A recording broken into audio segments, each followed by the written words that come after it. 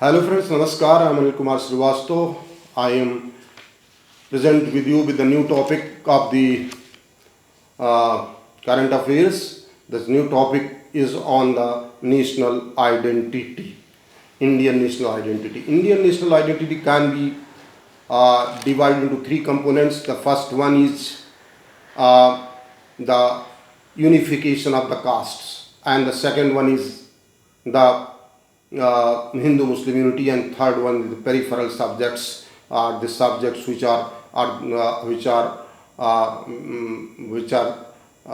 subjected to the regional inspirations and regional expectations. So I would like to describe these things in the from the era of the Indian national movement. We first find Gandhiji was for the first time in 1932 when the separate electorate was introduced, that the Pune Pact. Gandhiji was on hartal on unsun, and he said that I will die if this is done. And on the other side, Dr. Bhimrao Ambedkar, who was the spokesperson of the Dalit classes, depressed classes, and the government and the then colonial government also wanted to give the separate electorate. The message of the separate electorate was that the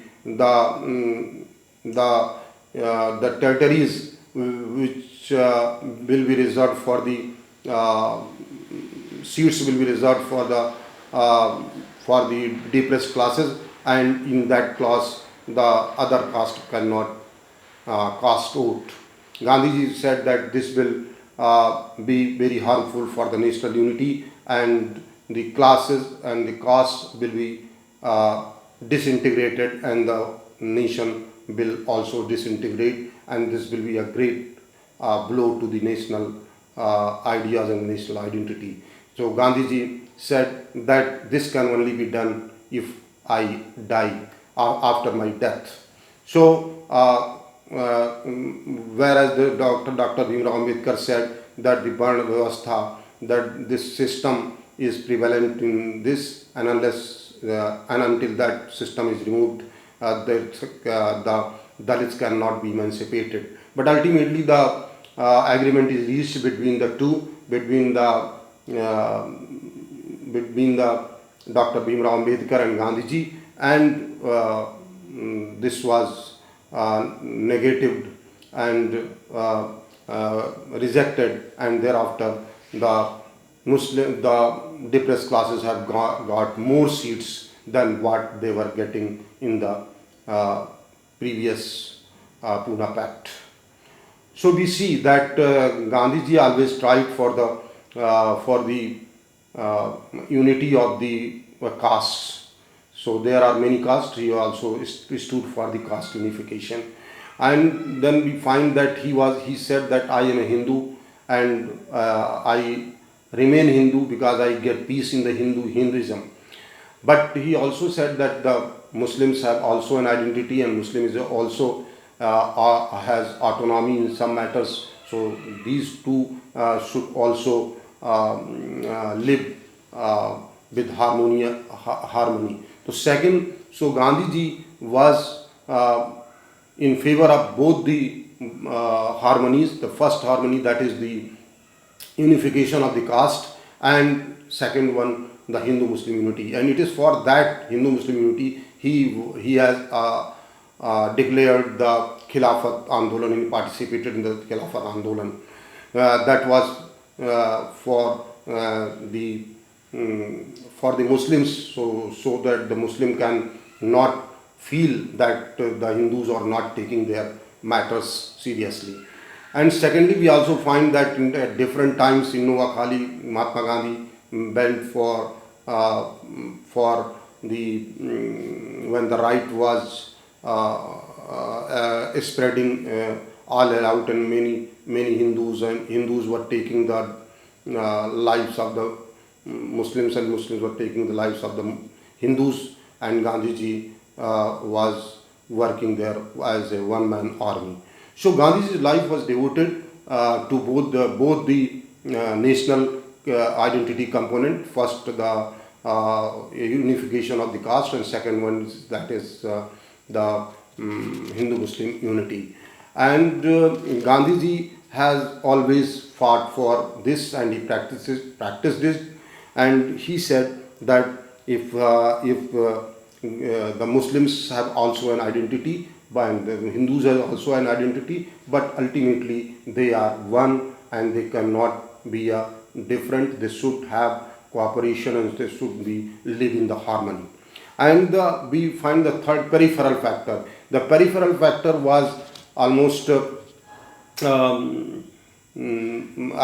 by the Constituent Assembly members. The Constituent Assembly members, one of the Constituent Assembly members, Mr. T.T. Krishnamachari, on the question of Hindi being declared as a national language, has said that if the Uttar Pradesh wants, and the people from Uttar Pradesh wants that Hindi should be made the national language, then it is up to them, and they should decide what will happen later on in other states. And when the different views from the different members belonging to the southern India and belonging to other states came, they wanted that their language should also be taken into account, and that is why the 8th schedule has been constituted, and that is why the making of Hindi, making the national language, has been deferred for the 15 years, and now after 2002 it has further been deferred for 25 years and indefinitely. So we see, and besides this, the another matter in another matter, Jammu and Kashmir was also a matter before the court, before the Constituent Assembly, and the Constituent Assembly also took it put in the special article, that is 370, and that is why it addressed that problem. That is a very peripheral problem also, and it is for the northeastern states also. For the northeastern states, especially for the Nagaland, Assam, Meghalaya and Mizoram, the Schedule 6 has been created. The Schedule 6 has been created, Schedule 8 has been created, and 370 has been created. These were addressing the third and most important part of the Constitution, the regional aspirations, regional inspirations, and so that Indian national identity can be made intact.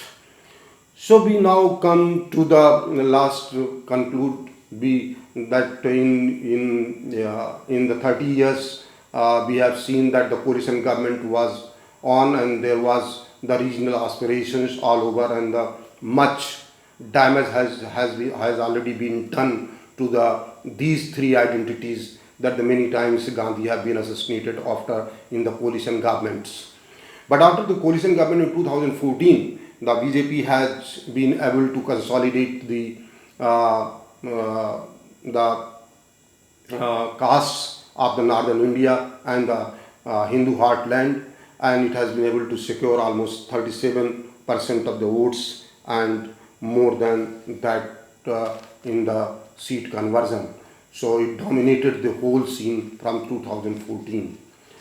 But when we come to analyze the national identity, the national identity, it has three components. The one component has been addressed by the largest party, BJP, and that the unification of the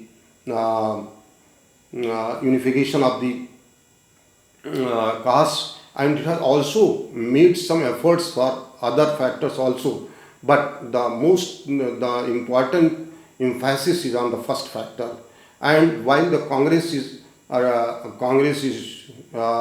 doing for the second component, that is the Hindu-Muslim unity, and third important factor, that is the peripheral identities or the regional identities. So Congress is addressing these two identities. So we find that if the nation has to live, if the national identity has to live, then we have to adopt all three identities, that we have to respect all these three identities. Only then we can create a social order full of the equitable and justiciable system.